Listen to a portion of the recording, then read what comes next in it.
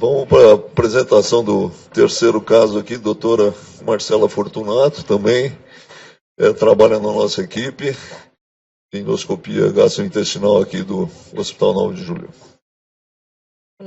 O caso que eu trouxe, FHM, 29 anos, médica, natural e procedente daqui de São Paulo. O peso inicial dessa paciente, 103,8 quilos, uma altura de 1,62 m, um MC de 40. Essa paciente ficou 5 anos em tratamento clínico e multidisciplinar para obesidade, sem resposta. De antecedentes cirúrgicos, ela tinha uma apendicectomia e uma intussuscepção intestinal, com necessidade de colectomia direita. De antecedente clínico, ela negava. O tratamento cirúrgico proposto foi uma gastropatia redutora, capela, um bypass com reconstrução Y de Roux em 2011. Exames pré-operatórios, exames laboratoriais todos sem alterações. A endoscopia pré-operatória, somente uma gastrotirosiva leve de Andrew, H. pylori negativa. A evolução do pós-operatório dessa paciente, do bypass, 8 meses depois da cirurgia, essa paciente evoluiu com episódios de hipoglicemia severa. Essa paciente chegava em torno de 30, 40 de glicemia. Então, trataram essa paciente inicialmente como um dumping tardio. Ela teve exclusão, primeiro de açúcar livre, depois carboidrato. Então, sem resposta, introduziram medicamento para ela. A qualidade de vida dessa paciente estava muito ruim, porque pelos episódios de hipoglicemia, ela não conseguia mais dirigir, trabalhar. E depois disso, ela evoluiu com distúrbio hidroeletrolítico, com hipocalemia, hipocalcemia e, secundário a isso, episódio de arritmia cardíaca e até mesmo de convulsões. O peso dela, 8 meses após a cirurgia, 58 quilos.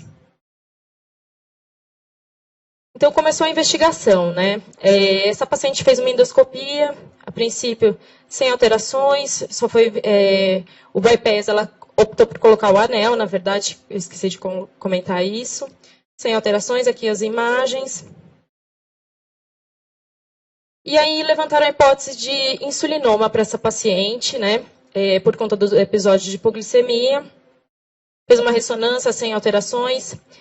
E aí, nesse segmento, ela fez uma angiografia, né, com estímulo de gluconato de cálcio, pensando em insulinoma, e o resultado veio negativo. Só que foi confirmado um hipersulinismo difuso, principalmente do corpo e cauda pancreático. Ela manteve episódios de hipoglicemia cada vez mais severos, distúrbio hidroeletrolítico, episódios convulsivos.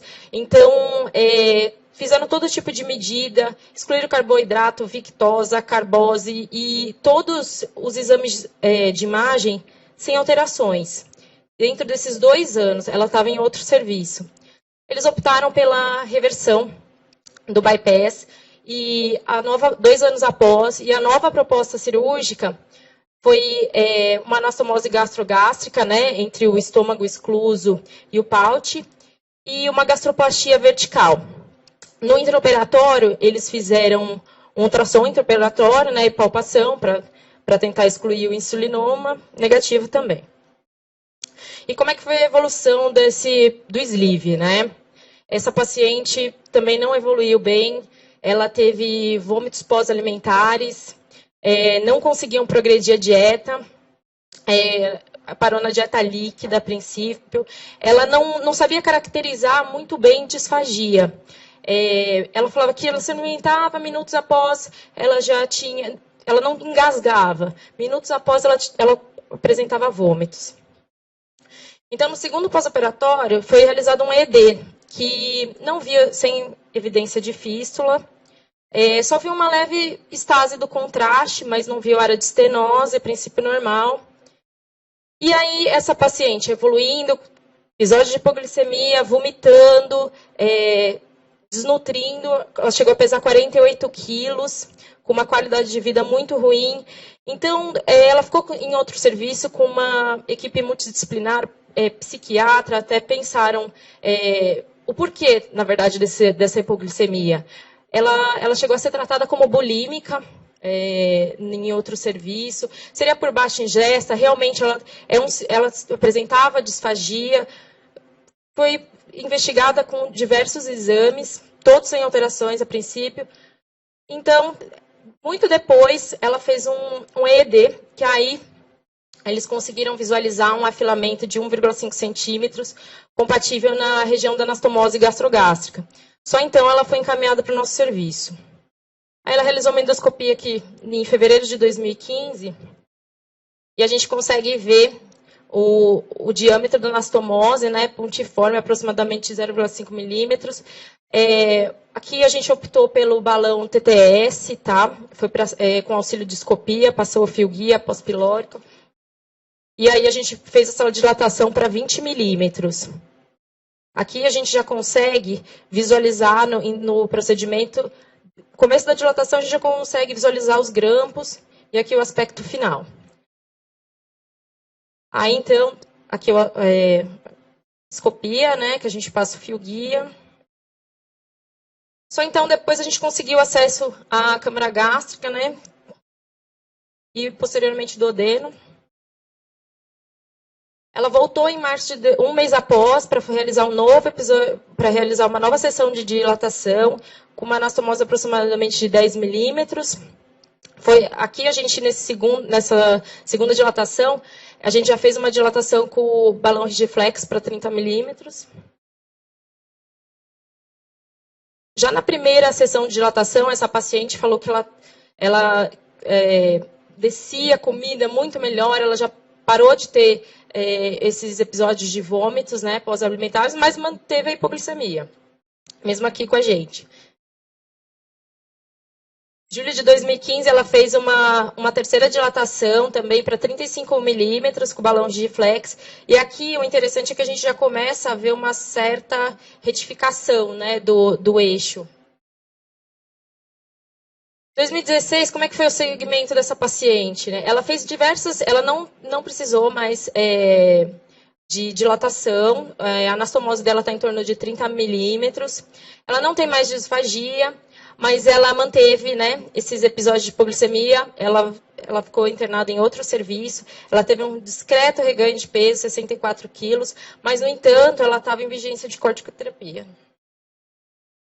Baseado naquela primeira angiografia, quando já não tinha mais proposta clínica para essa paciente, ela fazendo 20 de destro, não tinha mais, chegaram a usar, foi o que ela comentou comigo, até a Aerolin, para medidas desesperadas para tentar conter a hipoglicemia da paciente.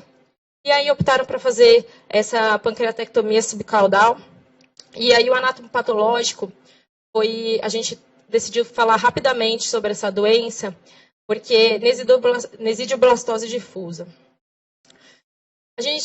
O que acontece? Essa doença é uma hiperinsulinemia funcional rara, normalmente é mais comum em crianças, né?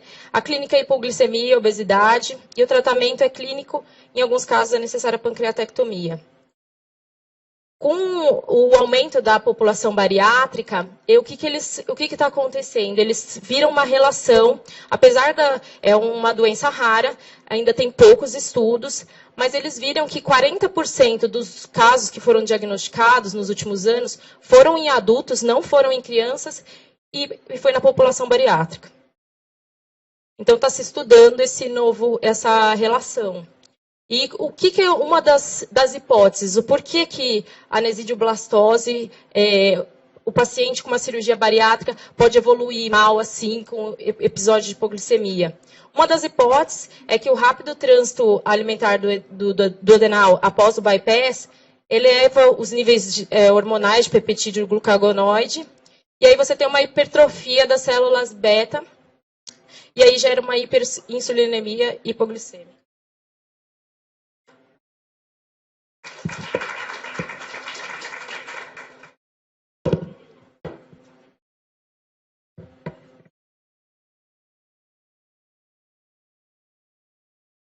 É a sessão de terror, né?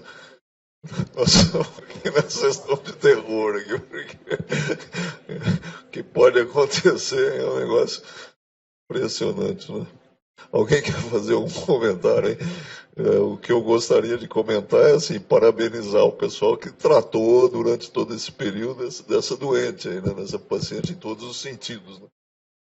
Foi um grande hospital aqui em São Paulo, conjunto aqui 9 de julho e esse outro hospital. E não tem nada a ver com o fato dela ser médica, né?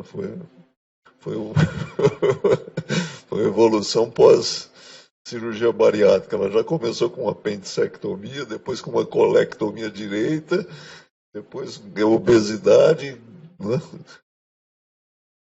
Bypass. Aí complicou do bypass. Reversão. Só deu para montar esse caso porque essa paciente foi muito solícita, ela entregou todos os exames, mas assim, ela tem muitos exames. Para chegar na pancreatectomia, ela passou assim por muitos cirurgiões em São Paulo, muitos. E não só cirurgiões, endocrinologista, nutrólogo, psiquiatra, porque já não tinham mais, tanto que ela foi tratada como bulímica mesmo. Eles passaram, não tinha mais proposta para ela, né? Investigar tudo. Não, a paciente evoluiu com arritmia, com convulsão, a paciente extremamente complicada, né? Eu lembro que quando eu fui dar alta para ela, a enfermeira me ligou, eu liberei a alta. Ela falou, doutora, mas não dá para liberar a paciente, ela está com 70 de glicemia, 65. Aí eu fui lá conversar com ela, ela falou, não, eu estou ótima. Para mim está ótimo, esse valor está maravilhoso. E eu falei, não, mas eu não consigo te liberar. E ela falou, não, mas a minha hipoglicemia é severa, eu vou para casa e tal. E ela quis ir embora mesmo assim, porque... E além de tudo, ainda fez uma estenose, não? Fez, evoluiu mal do sleeve. Pós-sleeve ainda. Mas quando eles optaram pela reversão, não foi pensando em nesidioblastose, né? Isso foi um diagnóstico de exclusão, foi para excluir causas de dumping tardio, na verdade, né? A endocrinologia, junto com a cirurgia, viram que tinha que ou revertir a cirurgia para tentar, né, melhorar esses episódios de hipoglicemia. O paciente podia evoluir muito mal, né? Tendo arritmia e um monte de complicações. E depois reverteu, fez a gastrectomia, o sleeve, né, vertical.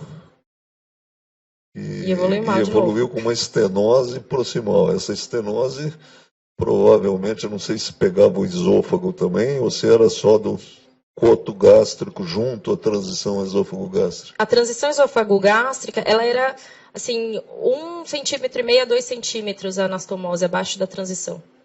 Do coto, então, né? Então, uma sutura que ficou alta no corpo gástrico junto da transição.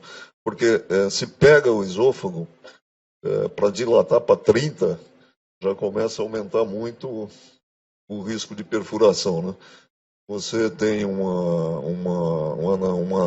estenose do estômago, aí tudo bem, dá para você dilatar para 30, depois para 35, né? Na primeira dilatação, a gente entrou para fazer uma dilatação pneumática, né? Aí, agora que olhou, começou não, vamos fazer primeiro com o balão TTS, ser um pouquinho mais cuidadoso, e depois aí deu para fazer. Daí dilatou para 20. Dilatou para 20 primeiro. Depois para 30. E depois para 35. Depois para 35, né? Tá bom, alguém quer fazer mais alguma consideração, hein? Alguém tinha pensado em nesidioblastose? Impossível, né? Nesidioblastose, então... Também para mim, eu desconhecia essa doença, e foi quando ela me entregou a nota que eu fui pesquisar, e a gente até fui consultar o Dr. Arthur se eu colocava isso na discussão ou não, porque até então a gente ia parar na dilatação, né? Mas aí a gente decidiu contar esse... Não, isso é muito importante, porque você tomar uma decisão de fazer uma pancreatectomia corpo caudal, numa paciente com todo esse antecedente, com cirurgias, com reversão, né? É extremamente difícil, né, tomar uma decisão desse tipo. É realmente uma decisão muito complicada, né? A gente vê depois que o caso está encaminhado, você fala, não, tudo bem, né? Mas não é bem assim, né? Para você chegar nessa decisão de fazer uma pancreatectomia numa doença desse tipo, que não precisa estar muito bem embasado, né, cientificamente, né? Muito complicado, né? Então tá bom, parabéns.